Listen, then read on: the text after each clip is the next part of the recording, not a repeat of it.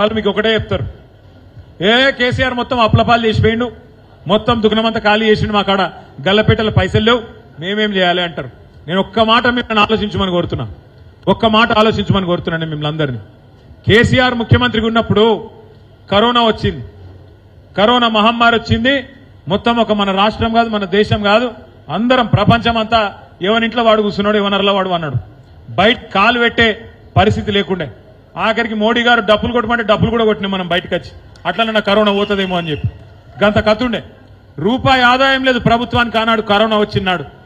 మరి రూపాయి ఆదాయం లేకపోతే కూడా కరోనా వస్తే కూడా కేసీఆర్ గారు ఉన్నప్పుడు రైతు బంధు ఆగిందా? కళ్యాణ లక్ష్మి ఆగిందా? కేసీఆర్ కిట్ ఆగిందా? బతుకమ్మ చీరలు ఆగినాయా? ముసలోళ్ళ పెన్షన్లు ఆగినాయా? గ్రామ పంచాయతీ సిబ్బంది జీతాలు ఆగినాయా? రైతు కొనుగోలు ఆగినాయా?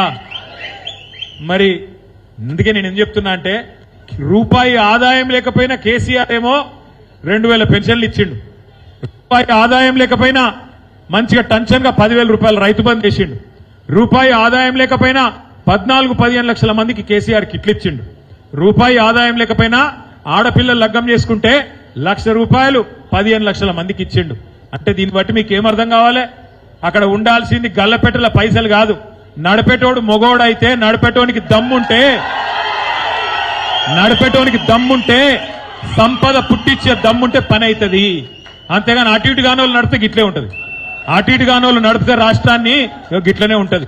నేను అందుకే అంటున్నా, ఈ నడిపెట్టోళ్ళకి ఇవాళ శాతగానోళ్ళు మరి ఎందుకు నరికినరు? ఆ రోజు మీరు ఆ రోజు అడిగినారు ఇదే బట్టి విక్రమార్క గారిని, ఇదే రేవంత్ రెడ్డి గారిని, మీరు బాగా నరుకుతున్నారు కదా, మరి ఏం సంగతి? మరి పైసలు ఏడికెళ్ళి తెస్తారు? మీరు చెప్పే మాటలేమో పేదగా ఉన్నాయి, మరి ఏడికెళ్ళి వెళ్తాయి పైసలు అంటే, మాకు తెలియదా? మేము కాంగ్రెస్ వాళ్ళం, మా చరిత్ర 135 ఏళ్ళు, మాకు బాగా తెలివి ఉంటుంది, మేము ఒక్కొక్కలం ఆకారాలు గింత పొడుగున్నాం, గత పొడుగున్నాం, మాకు తెలియదా? ఇంకా పక్క పలిసేటోడు కేసీఆర్ చేసాడు, మేము చేయమా అని చెప్పి ఆ రోజేమో నీలిగినరు బాగా. మరి ఇవాళ ఏం పుట్టింది రోగం అంటే, మా కాడేమున్నదే, లంకె బిందెలు ఉంటాయనుకొని వచ్చినాము, లంకె బిందెలు లేవు, లంకె బిందెలు అట లేవట. నాకు తెలిసి భారతదేశానికి స్వాతంత్రం వచ్చిన తర్వాత ఇంత ఇజ్జత్ లేని ముఖ్యమంత్రి అయితే ఎవడు పుట్టలే ఇప్పటివరకు. ఎట్లా అంటావా? ఎవడన్నా ముఖ్యమంత్రి ఎవడన్నా ఇప్పుడు మా రమేష్ ఉన్నాడు తమ్ముడు, ఇప్పుడు రమేష్ ఏమైనా పైసలు ఉన్నాయో లేవో నాకైతే దొరకలేవు, కానీ లోపల బనీన్కు పొక్కలున్నా మీదికే లంగి మాత్రం జోరుదారేసుకొని మాకేంద్రా అనే అంటాడు రమేష్ కూడా. ఎవడైనా గంతే, కాదు ఎవరమైనా గంతే. షాన్ మే ఫరక్ నీ ఆనా, ఊపర్ షేర్వాణి అందరు పరేషాని ఉన్నా పైకి మాత్రం మధ్య దండిగా ఉండాలి. కానీ ఎవడన్నా ముఖ్యమంత్రి భారతదేశంలో నేను ఢిల్లీ పోతున్నాను కలుస్తలేరు, నేను అపాయింట్మెంట్ అడితే వీడు చెప్పులు ఎత్తుకపోతాడేమో అని చెప్పి నాకు అపాయింట్మెంట్ ఇస్తలేరు ఎవడన్నా అంటాడు. ఉద్యోగులు ఏమయ్యా ముఖ్యమంత్రి నువ్వే చెప్తావు కదా, డిఏలు ఇస్తా అని చెప్తావు కదా, జీతం పెంచుతా అని చెప్తావు కదా, ఎప్పుడు పెంచుతావురా నాయన అంటే ఏం చేస్తారా మీరు? నన్ను కోసుక తింటారా? ఎవడన్నా అంటాడా ముఖ్యమంత్రి? చెప్పులు ఎత్తుకపోతారు అంటాడా? లంకె బిందెలు అంటాడా? నన్ను కోసుక తింటారా అంటాడా ముఖ్యమంత్రి? ఎవడన్నా గిసొంటి ముఖ్యమంత్రి మన కర్మగాలి మనకు దొరికిండు. కానీ ఒకటి మాత్రం పక్క, కొంతమంది నేను మొన్న మధ్యన హైదరాబాద్ లెక్కనో ఒక్కడికెళ్ళి ఒక్కడికి పోతుంటే ఆ సిగ్నల్ కాడ సిగ్నల్ పడ్డది, కారు ఆపిన, పక్కకు ఒక ఆయన ఆటో డ్రైవర్ వచ్చిండు. ఆటో డ్రైవర్ ఆయన పాపం ముస్లిం, ఆయన మహమూద్, ఆయన ఏమన్నాడు, బాయ్ కైసే అన్నాడు. మంచిగానే ఉన్నా అన్న. మీరెట్లున్నారని నేను అడిగిన, క్యా బోల్నా సబ్ బర్బాద్ హో గయా అన్నాడు. ఆగిపోయింది ఆటో డ్రైవర్ల బతుకు, ఏం చేయాలో వీడు వచ్చినాక గందరగోళమే ఉంది అన్నాడు. మరి ఏం చేయాలి అని నేనన్నా. అంటే ఏమన్నా కొంచెం తర్కీబ్ దేకో నా సాబ్ అంటాడు. తర్కీబ్ అంటే ఏమెరికేనా? ఏమన్నా ఉపాయం లేదా సార్ మీ నిలబడుతుంది అంటుండు. అంటే నేనన్నా ఏ ఉపాయం లేదు, ఒక ఓటుతో మీకు 5 ఏళ్ల అపాయం వచ్చింది, నా కాడ ఏం ఉపాయం లేదు, ఒక ఓటు వేసిర్రు 5 ఏళ్ల శిక్ష తప్పది, 5 ఏళ్లు శిక్ష తప్పది. భూపాలపల్లిలో గింత మంచి రమణారెడ్డిని పక్కకు పెట్టిర్రు, గాయన ఎవరో తెచ్చుకుంటారు. ఏదో 4 సార్లు ఏడ్చిండు అనుకుంటా ఓడిపోయిండు అనుకుంటే ఆయన గుద్దితిరి, ఇక మంచోడిని ఓగొట్టుకుంటారు, తన్నే దున్నపోతుంది తెచ్చుకుంటారు. ఇప్పుడు ఏం చేయాలి మరి? ఆ దున్నపోతుంది తెచ్చుకున్నాక తన్న కూకుంటుందా? పోలీస్ కేసులు పెట్టదా? దున్నపోతు మరి పెడుతుంది కదా, పెడుతుంది. పెట్టినాక మా తమ్ముళ్ళు అంటారు ఆడిడే పోతే, అనా వాడు పోలీసు గుర్తుండే నీలుగుతుండే అంటారు. ఇక పోలీసు వాళ్ళు మీకు తెలుసు కదా ఎట్లుంటారో, ఒకటే తీరుంటుంది పోలీసు వాళ్ళు, ప్రభుత్వం ఎటుంటే గట్టే ఉంటారు వాళ్ళు. నేను అందుకే మీ అందరికి ఒకటే చెప్తున్నా, ఇవన్నిటికీ ఉపాయం ఒకటి ఉన్నది. మనం ఎక్కతక్క తిట్టే అక్కర్లేదు, కొట్టే అక్కర్లేదు, బూతులు మాట్లాడే అక్కర్లేదు, రేవంత్ రెడ్డి లెక్క పేగులు మెడలేసుకొని తిరిగే అవసరం అంతకంటే లేదు. గుడ్లు వీకి గోటీలు ఆడతా మెడల పేగులు వేసుకుంటా అని పనికి మాలిన బాలకృష్ణ డైలాగులు కొట్టే సినిమాల డైలాగులు కొట్టే అవసరం అంతకంటే లేదు. ఒకటే ఒక్క మాట, మనం చేయవలసిన పని ఒక్కటే ఒక్కటి. ఏమిటిది అంటే, మీరందరూ రేపు మళ్ళా జెడ్పీటీసీ ఎలక్షన్ వస్తుంది, ఎంపీటీసీ ఎలక్షన్ వస్తుంది, సర్పంచ్ ఎలక్షన్ వస్తుంది. అలా మీరు చేయవలసిన పని ఒక్కటే ఒకటి. మళ్ళా కాంగ్రెస్ వాళ్ళు వస్తారు, ఏమని అమ్మ అంటారు, అయ్య అంటారు, అక్క అంటారు, చెల్లె అంటారు, వదినే అంటారు, తమ్మి అంటారు, అల్లుడు అంటారు, బామ్మరిది అంటారు, ఇక రకరకాల వరుసలు కలుపుతారు. నీకు వస్తూనే ఉన్నది పెన్షన్, ఎల్లుండే వస్తుంది పెన్షన్, నీది 4,000 వస్తూనే ఉన్నది, 15,000 రైతు బంధు తన్నుకొని వస్తుంది, వెనకెళ్ళి తులం బంగారం ఉరికేస్తుంది, నీకు అన్ని వస్తాయి, నువ్వు ఆగు ఒక్క ఓటేయి అని చెప్పి మళ్ళా మోసం చేసే ప్రయత్నం చేస్తారు. ఒక్కసారి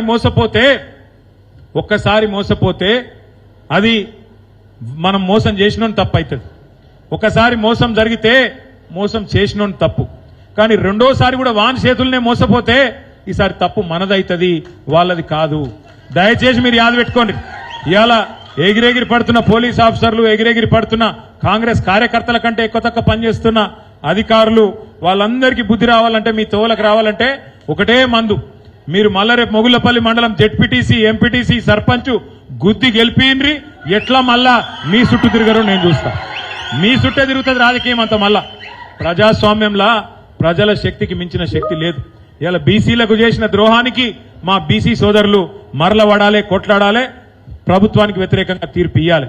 మా రైతులకు చేసిన మోసానికి రైతు బిడ్డలు మనందరం మరలబడాలి, తప్పకుండా కాంగ్రెస్ వాళ్ళని గల్లబట్టి అడగాలి. ఆడబిడ్డలకు చేసిన మోసానికి ఆడబిడ్డలు బదులా తీర్చుకోవాలి, కర్రు కాల్చి వాత పెట్టాలి. 2 లక్షల ఉద్యోగాలని చెప్పి పిల్లలకు చేసిన మోసానికి పిల్లలు కూడా ఖచ్చితంగా ఓటు హక్కున్న ప్రతి తమ్ముడు, ప్రతి చెల్లె మీరు కూడా బదులా తీర్చుకోవాలి. ఇక ముసలోళ్ళు అయితే 4,000 పెన్షన్ అని చెప్పి మోసపోయిన మా అవ్వ కనబడుతుంది అక్కడ. ఆ అవ్వను అడుగుతున్నా నిన్ను, ఒక నీలం రంగు చీర అవ్వ, నువ్వే ఏం పేరు, అమ్మ పేరు అడుగు, ఏం పేరు? మల్లమ్మ, నీ ఓటు అడిగేందుకు వచ్చిందనుకో కాంగ్రెస్ ఓడు, ఇంట్లో కట్టే ఉంటుంది కదా, దొడ్డు కట్టే పట్టుకొని ఉరికి ఒక్కటి వెనుక మర్రేసి చంపు. అర్థమైందా? నిజంగా కొట్టేవు, ఆయన కేసు పెడతాడు వాడు. కొట్టినంత పని చేసి చల్ పోయిడికి వెళ్ళని చెప్పి వెళ్ళగొట్టు. నేనేమంటున్నా అంటే, మోసాన్ని మోసంతోనే జయించాలి, ముళ్ళును ముళ్ళుతోనే తీయాలి.